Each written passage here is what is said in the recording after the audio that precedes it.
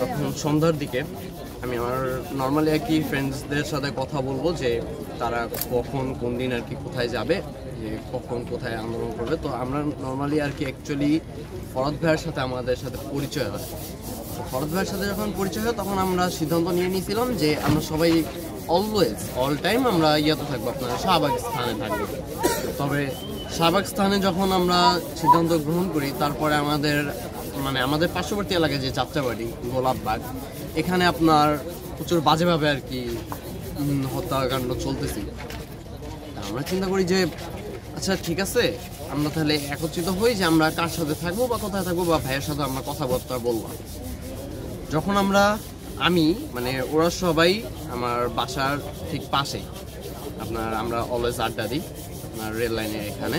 তো তখন আমার এখনো মনে আছে যে ওরা বলছিল যে আচ্ছা মামা, এখানে একটু প্রবলেম হইতেছে, পুলিশ প্রচুর পরিমাণে আনাগোনা করতেছে, আমরা দেখতে পারতেছি।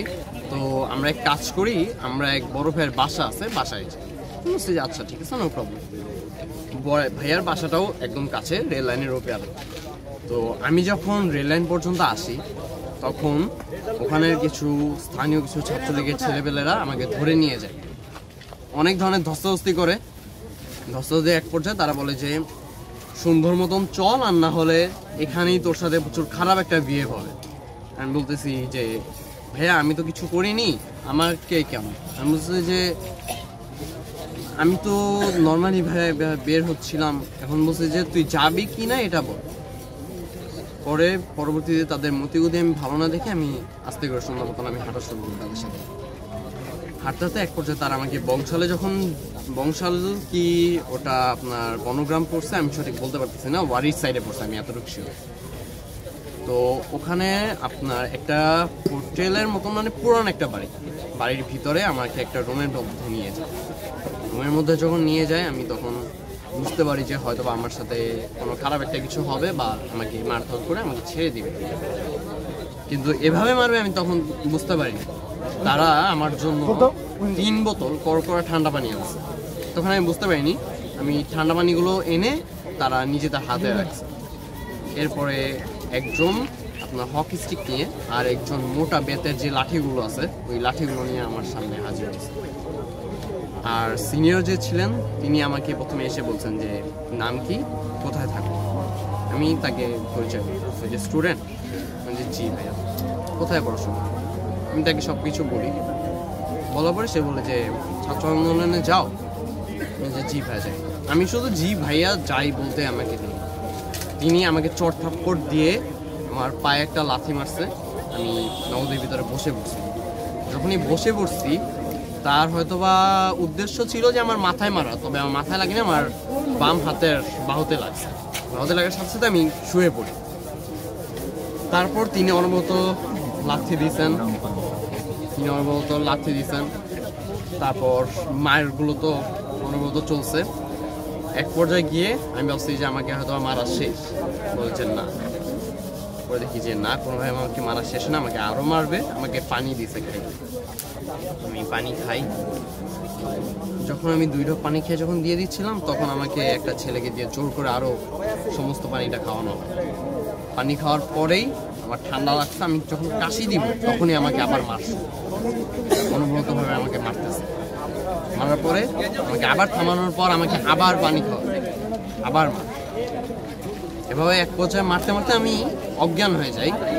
2 বোতল পানি খাওয়ার পর তৃতীয়বারে যখন আমাকে মারতে মারতে আমি এক পর্যায়ে অজ্ঞান হয়ে যাই। আমার আর কোনো হুঁশ থাকে না। তো তারা নাকি আমাকে যারা আমাকে ধরে নিয়ে গিয়ে রাখছিল, তো আমার এখনো মনে আছে তারা আমাকে বলছে যে তারা নাকি আমাকে ওয়ারির র্যাঙ্কিং স্ট্রিট, আপনার এটা হচ্ছে রূপসী বাংলা একটা কাপড়ের দোকান আছে, ঠিক ওটার সামনেই আমাকে ফালায় রেখে তাদের কোনো খোঁজ খবর নেই। তো স্থানীয় যারা ছিলেন তারা আমাকে তুলে নিয়ে সালাউদ্দিনে ভর্তি করছে। সালাউদ্দিনের ওখানে আপনার প্রায় আধা ঘন্টা থেকে 45 মিনিট পর আমার সেন্স আসছে। সেন্স আসার পর তারা আমাকে জিজ্ঞাসাবাদ করছে, সব কিছু বলা টলার পরে তারা আমাকে বলছে যে আচ্ছা ঠিক আছে, তারপর তুমি একটু রেস্ট নাও, একটু শান্ত হও। পরে তারা একজন ডাক্তার আসলেন। তিনি আমার জামাটা খুলে দেখলেন যে আমার গায়ে কয়টা স্পট আছে। আমার এখনো মনে আছে ডাক্তার নিজে আমার শরীরের স্পটগুলো দেখে সে নিজেই চোখ থেকে তার পানি বের হয়ে গেছে। সে ক্ষত জায়গাগুলোতে মলম লাগিয়ে দিলেন এবং বললেন যে আস্তে ধীরে সাবধানে বাসায় যে। আমার এখনো মনে আছে আমাকে একটা ভাইয়া প্রচুর হেল্প করছিলেন। মানে ভাইয়াকে আমি সঠিক চিনি না, তবে তিনি হয়তো বা ওয়ারিতেই থাকেন। তবে ভাইয়ার প্রতি আমি মানে সারা জীবন কৃতজ্ঞতা কামনা করবো যে তিনি আমাকে যদি তুলে নিয়ে না আসতেন তাহলে হয়তো বা আমি এখানে অ্যাটলিস্ট জীবিত থাকতাম না। তিনি আমাকে ট্রিটমেন্ট করে আবার তিনি আমাকে সহি সালামতে একটি রিক্সায় উঠায় দেন। আমি বাসায় এসে বাসায় আসার পরে আমার বাবার প্রতিষ্ঠানে যাই যে আমার বাবার সাথে আমি দেখা করব। আমার বাবার প্রতিষ্ঠানে যখন আমি যাই আমার বাবা দেখে যে আমার নাক মুখ হাত পা সব খুলে গেছে। যখন আমার হাতের দিকে আমার বাবা তাকায় তখন দেখে যে আমার হাতে প্রচুর পরিমাণে স্পট। পরে আব্বু বলছে যে কোথাও কি কিছু হয়েছে, আমি বলছি যে না বাবা তেমন কিছু হয়নি। আমার বাবা বুঝতে পারছে। তখনই আব্বু যখন আমার পাঞ্জাবিটা আরও উঠাচ্ছিলেন তখন দেখতেছেন যে আমার স্পট কমতেছে, স্পট শুধু বাড়তেছে। পরে যখন আমার বাবা যখন আমার পিঠের যখন পাঞ্জাবিটা উঠান তখন দেখেছি আমার হাজারো স্পট। আমার বাবা আমার তখনই চোখে থেকে পানি বের করে আমার জড়ে ধরে কেঁদে দিয়েছিলেন। বলছেন যে বাবা তুমি এখানে কেমন যাচ্ছ? আমি বলছি যে অবশ্যই এটা শুধু আমার জন্য না, এটা আমার যত ভাইয়েরা আছে তাদের সবার জন্য। এমনও এক সময় আসবে আমার কিছুদিন পরে আমারও তো ভর্তি এক্সাম হবে, আমিও তো ঢাকা বিশ্ববিদ্যালয়ে, আমারও স্বপ্ন, আমিও পরীক্ষা দিব। তখন যদি আমি শুধু এই কোঠার জন্য যদি আমি বেঁচে যাই তখন কি হবে? তখন তো কিছু করার থাকবে না। পরে আমার বাবা বলছে যে আচ্ছা ঠিক আছে, যেহেতু তোমার কাছে এটা সঠিক লাগতেছে এবং আমার কাছে এটা সঠিক, তবে যাই করবা সাবধানে করবো, আমার তোমার জন্য দোয়া রইল। এই বলে আমি আমার বাবার সাথে আমি ওই দিন বাসায় এসে তারপর ঠিক 18 তারিখেই আমি আমার বাবার নিকট, আমি আমার বাবাকে কোনোভাবেই খুঁজে পাচ্ছি। যখন না পাই তখন তো আপনার অনেকক্ষণ ধরে খোঁজাখুঁজি করছি। 24 তারিখে আমি লাস্ট কোনো উপায় না পেয়ে আমি যখন ঢাকা মেডিকেল কলেজে যাই, ঢাকা মেডিকেল কলেজে যাওয়ার পর আমাকে ঢুকতে দেওয়া হয় না। আমাকে পুলিশ বলে যে তাদের পারমিশন নিয়ে আসতে।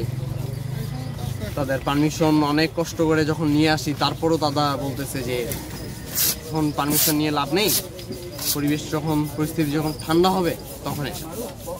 আমাদের যে আপনি তো বলছিলেন যে আমাকে যে পরিস্থিতি ঠান্ডা হওয়ার আগে আপনি আমাকে বলছেন যে ঢুকতে দেবেন, আপনি তো আমাকে কখনো বলেননি যে পরিস্থিতি ঠান্ডা হওয়ার সময় তুমি পারমিশন নিয়ে ঢুকতে হবে।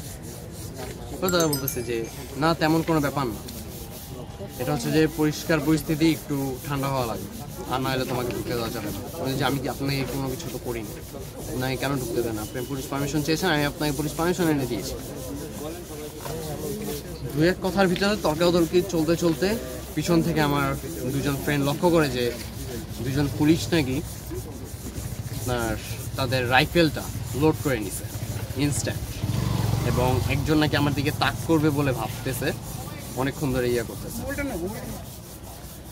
তো এক পর্যায়ে গিয়ে আমার ফ্রেন্ডরা যখন বুঝতে পারে যে এখানে যদি আমরা থাকি সেক্ষেত্রে আমাদের ভেজাল হবে, কারণ আমরা মাত্র সংখ্যায় ছিলাম 3 জন, আমি এবং আমার 2 জন ফ্রেন্ড, এছাড়া আর কেউ ছিলেন না। তো যখন আমরা বের হয়ে আসি তখন আমার ফ্রেন্ডরা বলতেছিল যে মামা এখানে প্রচুর পরিমাণে ঝামেলা হবে, আমি কেন জানি। আমি বলছি যে ঝামেলা হোক বা না হোক আমি এখানে ঢুকবো, আমি যেভাবে হোক আমার বাবাকে আমি দেখবো, আমার বাবা আছে কি নাই। ইভেন সে বলতেছে যে লাশ হয়তো বা আছে। এখন লাশের খবর সে কিভাবে জানে? আমার মনে যেটা কোশ্চেন ছিল যে লাশের খবর তো তার জানার কথা না, আমার বাবা তো এখানে ট্রিটমেন্ট অবস্থাও থাকতে পারতো। আর অনেক স্টুডেন্টরা আছে এবং অনেক আমার ভাইয়েরা আছে যারা ট্রিটমেন্ট অবস্থায় ভিতরে ছিল, তাদের তো লাশের তো কোনো কোশ্চেন আসে না। পরবর্তীতে আমার ফ্রেন্ডরা যখন টেনে হিস্ট্রি আমাকে নিয়ে আসে তখন আমি সুন্দর মতন চলে আসি, কারণ সবাই বলতেছে যে পরিস্থিতি খারাপ, যে কোনো সময় আমার উপরে কোনো না কোনোভাবে আক্রমণ হতে পারে, তখন আমরা ফেঁসে যেতে পারি। আচ্ছা ঠিক আছে ফাইন, আমি চলে আসি। চলে আসার পর ঠিক 5 তারিখে বিজয় উল্লাসের পরে আমি কেরানীগঞ্জ এবং কাশিমপুর কারাগারে দৌড়াদৌড়ি। সবাই আমাকে বলতেছিল যে অনেকে আছে যে আপনার গ্রেপ্তার হয়েছিল, গ্রেপ্তারও তো হতে পারে। তো তাদের কথা শুনে আমি ধরে নিয়েছিলাম যে হ্যাঁ গ্রেপ্তারও হতে পারে। তো আমি অনবরত আমি 2টা যে জেলখানাতেই দৌড়াদৌড়ির এক পর্যায়ে গিয়ে যখন আপনার 5 তারিখের পরে আমি একজন আর্মিকে জিজ্ঞাসাবাদ করি যে স্যার আমার বাবা তো পাচ্ছি না, আমার বাবাকে একটু যদি কাইন্ডলি একটু ইনফরমেশন দিয়ে দিতে। তখন তাকে যখন সব কিছু দেওয়া হয়েছে তিনি বলে যে বাবা আমি তোমাকে একটা শর্টকাটে কথা বলি, তুমি আর ঘোরাফেরা করো না, তোমার যত ধরনের পলিটিক্যাল পার্টি ছিল, যত ধরনের পলিটিক্যাল মেম্বার্স ছিলেন বা এই আন্দোলনের সময় যারা যারা এসেছিলেন সবাইকেই রিহা করে দেওয়া হয়েছে, সবাইকেই ছেড়ে দেওয়া হয়েছে। তুমি এক কাজ করো, তুমি যদি কোথাও না পাও তুমি অন্য কোথাও গিয়ে খোঁজ খবর নাও, দেখো পেয়ে যাও। ঠিক আছে। পরবর্তীতে গিয়ে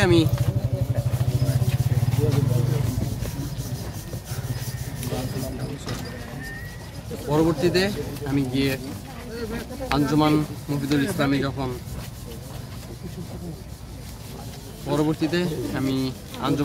ইসলামে খোঁজ খবর নেই এবং আঞ্জুমান মুফিদুল ইসলামে খোঁজ খবর নেওয়ার পরেই আমি জানতে পারি যে আমার বাবা 24 তারিখেই দাফন হয়ে গেছে এবং তারা নাকি 18 তারিখেই নাকি লাশ নাকি নিয়ে এসেছে। 18 তারিখে নাকি লাশ নাকি তারা আমি একটু ভুল হয়েছে যে 18 তারিখে নাকি তারা লাশ পেয়েছে। 18 তারিখে লাশ পেয়ে তারা নাকি 24 তারিখে দাফন করে দিয়েছে। তো আমার কথা হচ্ছে যে নর্মাল একজন আমার বাবা ছিলেন। আমার বাবা আহামরি যে পলিটিক্যাল পার্টি ছিলেন বা আহামরি যে পলিটিক্যাল ইস্যুসে যে জড়াই ছিলেন তেমনটা না। আমার বাবা জামাত সাপোর্ট করতেন, আমি এটা স্বীকার করি। তবে হ্যাঁ, আমার বাবা জামাত সাপোর্ট করতেন ঠিকই, কিন্তু ওই দিন আমার বাবা কোনোভাবেই আন্দোলনে বের হন নাই। বাট হ্যাঁ, আন্দোলন উপলক্ষে যতদিন পর্যন্ত আপনার ইন্টারনেটটা চালু ছিল ততদিন পর্যন্ত আমার বাবার যত ধরনের বৈষম্য বিরোধী ছাত্র আন্দোলনের ব্যাপারে স্ট্যাটাস দিতেন, কঠিন কঠিন কিছু স্ট্যাটাস দিতেন এবং এটা আপনার কিছুটা ছিল সরকার বিরোধী।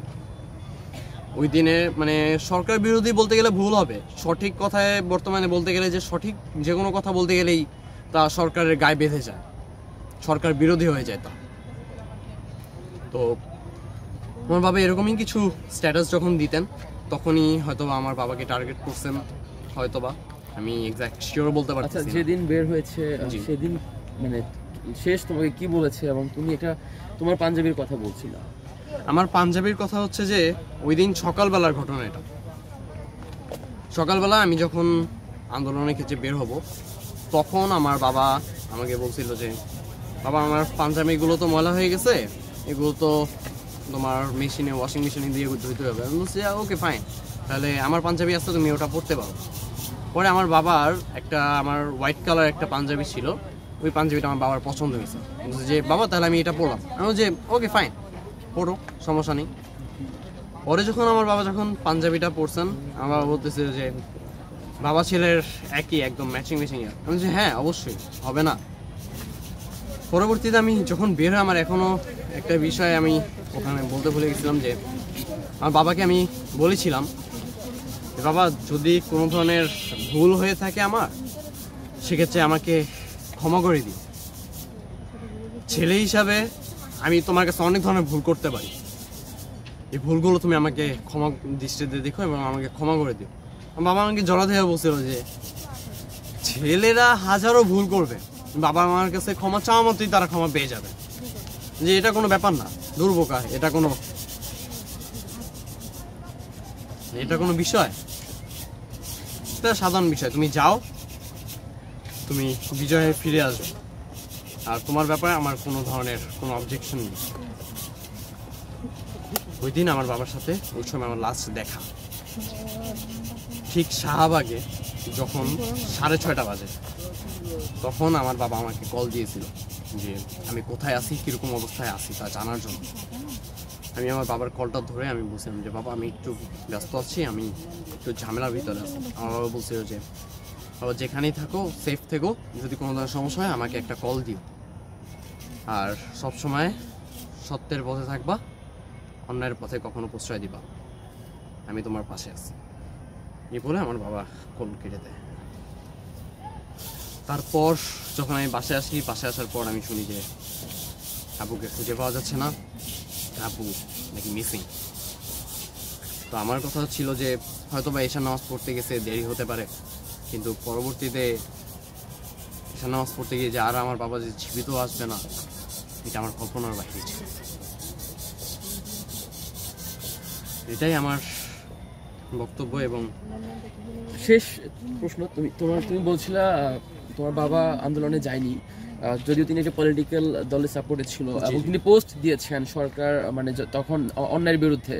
তোমার কি মনে হয় জাস্ট এই পোস্টগুলো দেওয়ার কারণেই আসলে তাকে, শুধুমাত্র ফেসবুক পোস্টকে কেন্দ্র করেই কি আসলে তোমার বাবাকে গুম করে দেওয়া হয়েছে বা এরকম কোনো কিছু কিনা? এই ক্ষেত্রে আমি বলতে গেলে আমার আরেকটা বিষয় তুলে ধরতে হবে যে আমার বাবা মাঝে মাঝে লাইভে আসতেন এবং ওই দিন আই থিঙ্ক আমার বাবা 2টা লাইভ করছিলেন ওই সময়ে। তো 2টা লাইভে আব্বু একটা লাইভে নর্মালি সরকার বিরোধী কিছুটা টাচ দিয়েছিলেন, নেক্সট লাইভে আমার এখনও খেয়াল আছে যে আমার বাবা সরকারকে ডিরেক্ট তুললে কথা বলছিলেন যে সরকার যা করছে তার সম্পূর্ণ ভুল কাজ করছে, যাদেরকে মারা হচ্ছে তারা আমাদেরই ছেলে, আপনাদেরই ছেলে, এরকম ধরনের কিছু কিছু কঠিন কঠিন কিছু কথাবার্তা বলা হয়েছে, যার কারণে আমার বাবার ক্ষেত্রে অনেকে বলতে গেলে আওয়ামী লীগের যারা ছিলেন তারা অবশ্যই এই বিষয় নিয়ে প্রচুর ক্ষিপ্ত ছিলেন এবং এলাকার ভিতরে আওয়ামী লীগের যারা দালাল বলতে গেলে আমার মুখ থেকে এখন তাদের সম্পর্কে ভালো কোনো মন্তব্য বের হচ্ছে না, দালাল আওয়ামী লীগের যারা কুকুরগুলো আছেন তাদের একটু চোখ পড়ছিল যে আমার বাবা এরকম ধরনের কথাবার্তা বলতেছে। তো তারাও আমার বাবাকে কিছুটা অন্যদৃষ্টিতে দেখতেন, আমি এটা খেয়াল করছি। কারণ বাবা যখন এখন তাদের বিচারটা তুমি কিভাবে চাও, বা শেখ হাসিনা এখন ভারতে আছেন, পালিয়ে আছেন, কিভাবে চাও দেশে এনে কিভাবে? আমি চাচ্ছি, আমার একটাই দাবি থাকবে যে ডক্টর ইউনূস জানি প্রেশার ক্রিয়েট করে আমাদের যত ধরনের পুলিশ ডিপার্টমেন্ট আছেন, ইভেন বর্তমানে আমাদের আইন শৃঙ্খলা রক্ষাকারী হিসেবে আপনার সেনাবাহিনীও মজুত করা হয়েছে, সেনাবাহিনীরা পায় না এমন কোনো কাজ নেই, তাদের কাছে দেশের প্রাইম মিনিস্টারকেও গ্রেফতার করার আপনার অনুমতি দেওয়া আছে।